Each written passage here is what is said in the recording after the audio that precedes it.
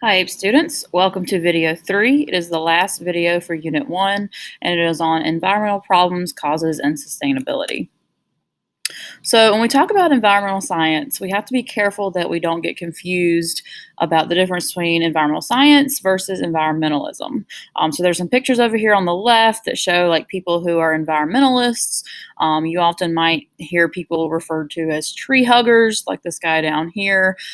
These are people who they really have the worldview that the environment is really important by itself, doesn't matter whether or not people are here, and that we should protect it. Environmental scientists, on the other hand, are people who actually study the natural world and how people interact with that world, how we cause pollution, what issues do pollution cause for people and the environment, those kinds of things.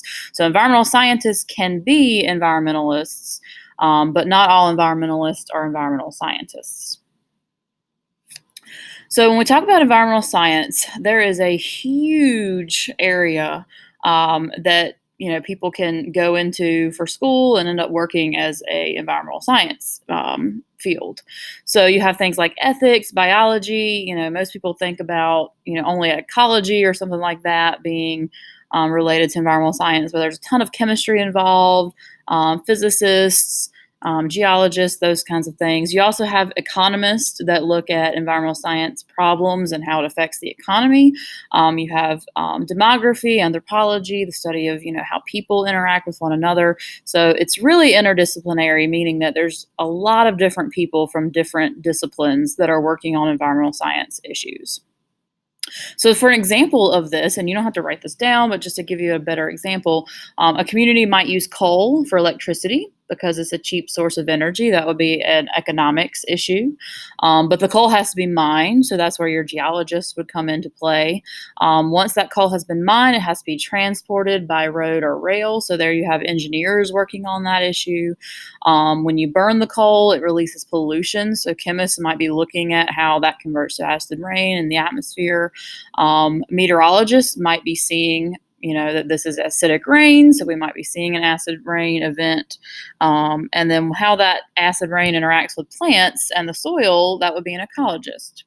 And then in terms of passing laws requiring the plants to have pollution scrubbers so that we don't have acid rain, that would be politicians. So as you can see, this one issue of mining coal and burning coal really involves a ton of people. So the goal is a sustainable world. So what exactly does sustainable mean? And this is a really, really key vocabulary word. That's why I highlighted it up here in yellow. So being sustainable is all about meeting the needs of today without compromising the future to meet its own needs. So in other words, if we use everything up now, that would not be sustainable because 4 or 5, 6 generations from now, they would not have any of that. So we really want 7, 8, 9, 10 generations in front of us to be able to still meet their own needs with these resources. So, what kinds of resources are out there? Well, we have natural resources and we have natural services. So, these things go together to create our natural capital. And natural capital is basically how much do we get from nature in terms of the services and the resources? How much money does that give us? How much would we have to pay if we did not have those resources? So, unfortunately, what we're doing is we are degrading a lot of these things that normally are renewable. And so we're turning renewable resources into no longer renewable resources. So, degrading means that it's basically going away or it's becoming polluted. Something's happening that's not allowing us to use it in the way that we used to. So, it's unsustainable. And unfortunately, what's going to happen is a lot of these things we are going to have to still put money towards. Clean air, for example, trees give us lots of clean air. But if we're not getting that from the trees themselves, we're going to have to be putting money in ourselves to fix that problem. So again, we're spending money that nature kind of gives us for free if we keep it sustainably done. So, what does an environmental problem look like? Oops, sorry. It varies depending on where you live, how much money you have. Are you close to water? Are you close to mountains? It just is really, really dependent upon individuals and society. So, the example of this is DDT. Here in the United States, DDT has been completely banned. Although we still produce, we are the number one producer of DDT. And the reason is we still ship it to countries that are dealing with malaria issues. So, malaria is a disease that's transmitted by mosquitoes, and it's in a lot of developing countries, and it ends up killing people. So, what they do is they spray DDT, which kills the mosquitoes, and so the people don't die. The problem is DDT causes health issues that we know about. There's a bunch of studies now looking into its link to breast cancer, for example.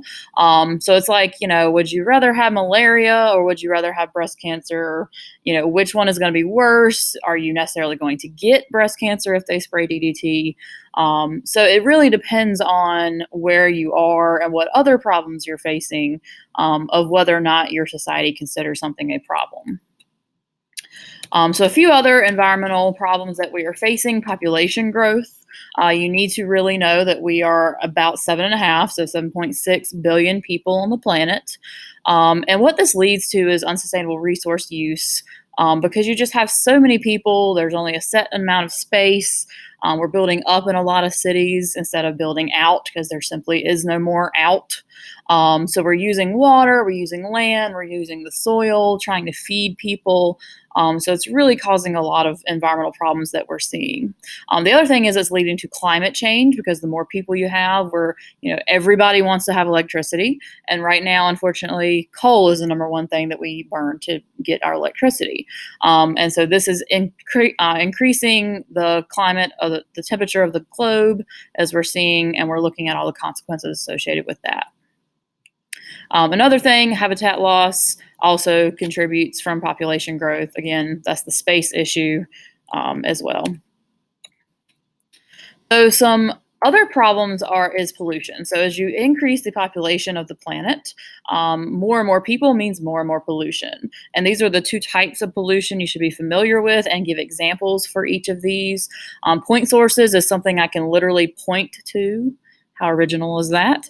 Like a pipe, and I can see the stuff coming out of the pipe, a ditch, smokestacks. Those are all places that I can actually point and say, yes, that's where the pollution is coming from. Non-point sources, pretty much any type of runoff. So crop runoff for agriculture, you might have a construction site, parking lot runoff. Anything that says or describes runoff is going to be a non-point source. So be very careful because it may not say runoff, but it might be describing that.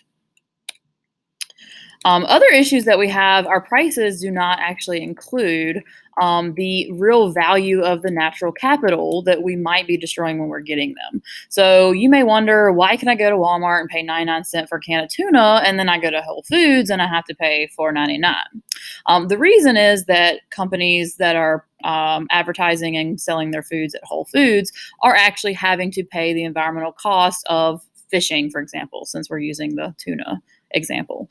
So tuna is not just, everywhere out in the ocean. It's being depleted. So companies like at Whole Foods are actually charging more because they know that tuna has a value different from what we're just selling it for at Walmart. So there is some degradation that's going along with buying that can of tuna. So these are also called hidden costs or externalities. And that's the stuff that, you can't really see. And you might think, oh, it's great to buy a 99-cent can of tuna. That sounds great now. But if they're all 99 cents, eventually we'll run out of tuna. So we can look at developed versus developing countries. This goes back to kind of what are the environmental problems in your area? What kinds of other problems are you facing? So most of the world's population lives in developing countries. So you see down here, the yellow is developing, the red is developed. Most of the population growth is also happening in developing countries. In terms of wealth, obviously developed countries are more wealthy. They have more resource use also. Look at the disparity here in the resource use. And then in terms of pollution and waste, developed countries actually have more pollution and waste because we are using so many of these resources. So they're really two complete different worlds that people are living in a lot of situations. And we see that here. This is again the demographic divide. You'll see places like US and Japan, which are considered developed countries, having much higher life expectancy here in the red. GNP and GDP much higher.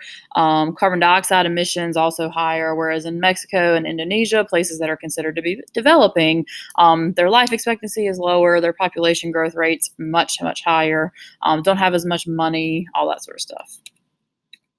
So the final thing we're going to talk about is, what is your ecological footprint? What kind of impact does your life actually have on the earth itself? So your ecological footprint is the actual amount of land that's required to sustain your lifestyle.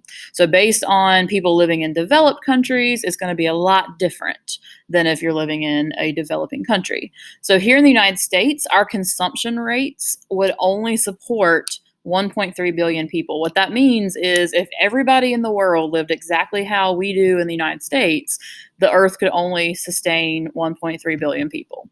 Now, obviously, there's not 1.3, there's 7.6. So, what that means is that while we are consuming a ton in places like Australia, the US, Switzerland, you also have a ton of countries and places that are way under that rate.